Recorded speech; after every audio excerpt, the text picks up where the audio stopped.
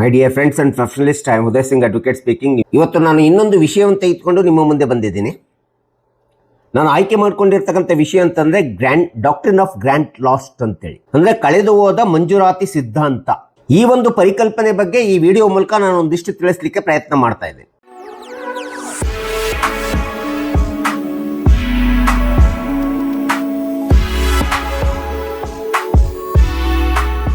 ಭಾರತೀಯ ಕಾನೂನಿನಲ್ಲಿ ಈ ಮೇಲಿನ ಸಿದ್ಧಾಂತವನ್ನ ಬಹಳಷ್ಟು ವಕೀಲರು, ಕಕ್ಷಿದಾರರು ಮತ್ತು ಸಾರ್ವಜನಿಕರು ಈ ಸಿದ್ಧಾಂತ ಪರಿಗಣಿಸುವುದಿಲ್ಲ ಮಾನ್ಯ ನ್ಯಾಯಾಲಯಗಳು ಅಂತೇಳಿ ನಾವು ಅಂದ್ಕೊಂಡಿದ್ದೀವಿ. ಯಾಕಂದ್ರೆ ಇದು ಬ್ರಿಟಿಷ್ ಕಾಲದಿಂದ ಬಂದಿರತಕ್ಕಂಥ ಒಂದು ಸಿದ್ಧಾಂತವಾಗಿದೆ.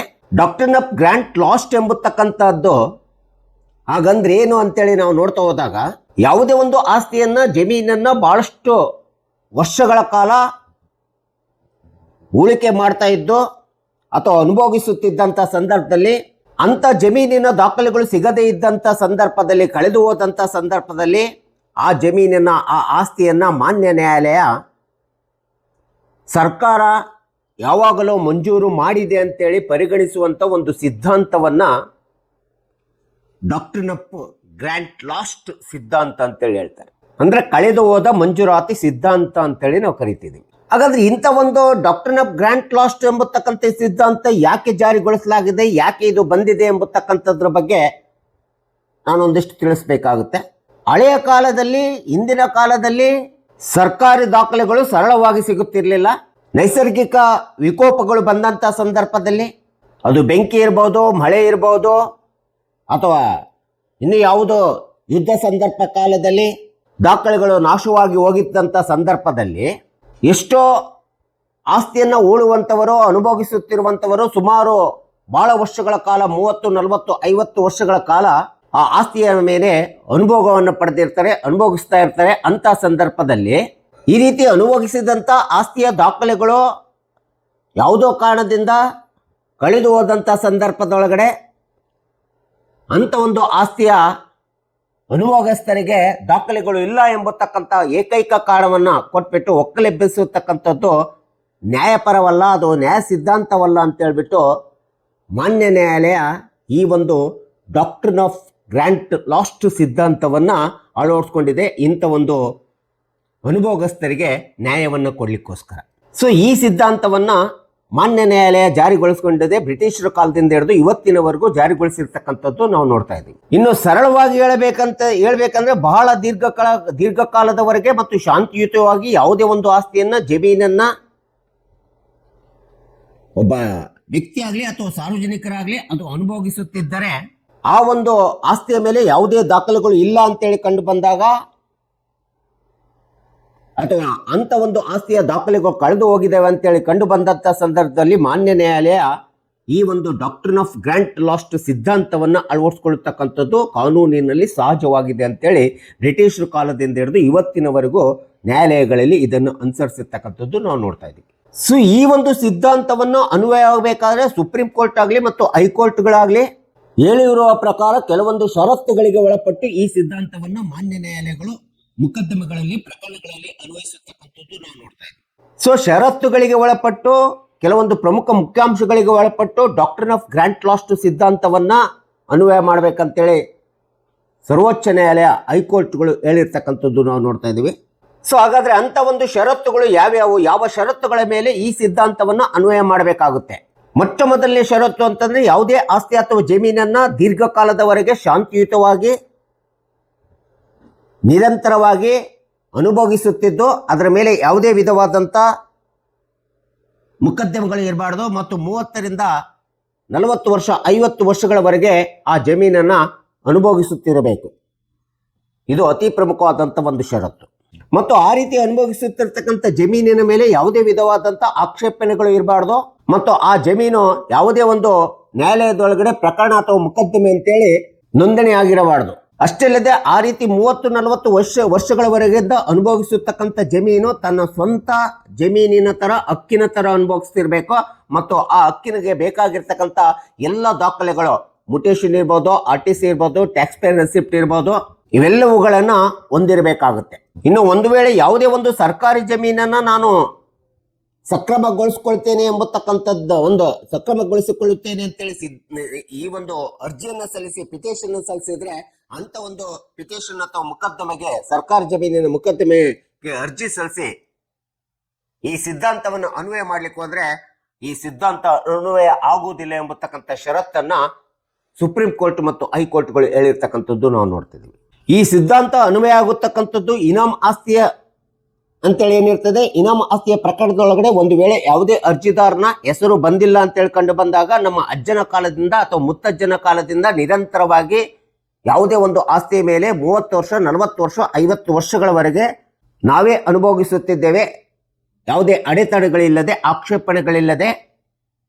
ಆದರೆ ಮಂಜೂರಾತಿ ಕಳೆದು ಹೋಗಿದೆ ಎಂಬತಕ್ಕಂಥ ಒಂದು ಕಾರಣದ ಆಧಾರವನ್ನು ಅನುಸರಿಸಿ ಮಾನ್ಯ ನ್ಯಾಯಾಲಯ ಈ ಸಿದ್ಧಾಂತವನ್ನು ಪರಿಗಣಿಸತಕ್ಕಂಥದ್ದು ಅನ್ವಯ ಮಾಡ್ತಕ್ಕಂಥದ್ದು ಅಂತೇಳಿ ಸುಪ್ರೀಂ ಕೋರ್ಟ್ ಹೇಳ್ತಾ ಇದೆ. ಸೊ ಈ ಸಿದ್ಧಾಂತ ಯಾಕೆ ಅನುಕೂಲ ಆಗ್ತದೆ, ಯಾಕೆ ಅನ್ವಯಿಸ್ಕೊಳ್ಬಹುದು ಅಂತಂದ್ರೆ, ಒಬ್ಬ ವ್ಯಕ್ತಿ ಅಥವಾ ಸಾರ್ವಜನಿಕ ಒಂದು ಜಮೀನನ್ನ ಸುಮಾರು 50 ವರ್ಷಗಳವರೆಗೆ ನಿರಂತರವಾಗಿ ಶಾಂತಿಯುತವಾಗಿ ಯಾವುದೇ ಅಡೆತಡೆಗಳಿಲ್ಲದೆ ಆಕ್ಷೇಪಣೆಗಳಿಲ್ಲದೆ ಅನುಭವಿಸಿದಂತ ಸಂದರ್ಭದಲ್ಲಿ ಅಂತ ಜಮೀನನ್ನ ರಕ್ಷಿಸಿಕೊಳ್ಳಿಕ್ಕೋಸ್ಕರ, ರಕ್ಷಣೆ ಮಾಡಿಕೊಳ್ಳುವುದಕ್ಕೋಸ್ಕರ ಈ ಮಂಜೂರಾತಿ ಕಳೆದು ಹೋದ ಸಿದ್ಧಾಂತ ಅಂತ ಹೇಳ್ತೀವಿ, ಡಾಕ್ಟ್ರಿನ್ ಆಫ್ ಗ್ರಾಂಟ್ ಲಾಸ್ಟ್ ಅನ್ನು ಅನ್ವಯಿಸತಕ್ಕಂಥದ್ದು ತುಂಬಾ ಅವಶ್ಯಕತೆ ಇದೆ ಅಂತೇಳಿ ಸುಪ್ರೀಂ ಕೋರ್ಟ್ ಹೇಳಿರ್ತಕ್ಕಂಥದ್ದು ನಾವು ನೋಡ್ತಾ ಇದ್ದೀವಿ.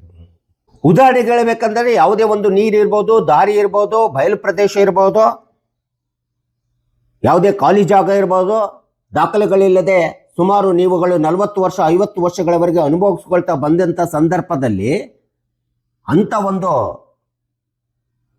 ಆಸ್ತಿಯ ಅಥವಾ ನೀರಿನ ಮೇಲಿನ, ಜಾಗದ ಮೇಲಿನ, ದಾರಿಯ ಮೇಲಿನ ಒಂದು ಅನುಭವವನ್ನ ರಕ್ಷಿಸಿಕೊಳ್ಬೇಕಂತಂದ್ರೆ ಆ ಒಂದು ರಕ್ಷಣೆಗೋಸ್ಕರ ಈ ಮಂಜೂರಾತಿ ಕಳೆದು ಹೋದ ಸಿದ್ಧಾಂತವನ್ನ ಅನ್ವಯಿಸತಕ್ಕಂಥದ್ದು ಅವಕಾಶ ಇರ್ತದೆ ಅಂತೇಳಿ ನಾವಿಲ್ಲಿ ನೋಡ್ತಾ ಇದ್ದೀವಿ.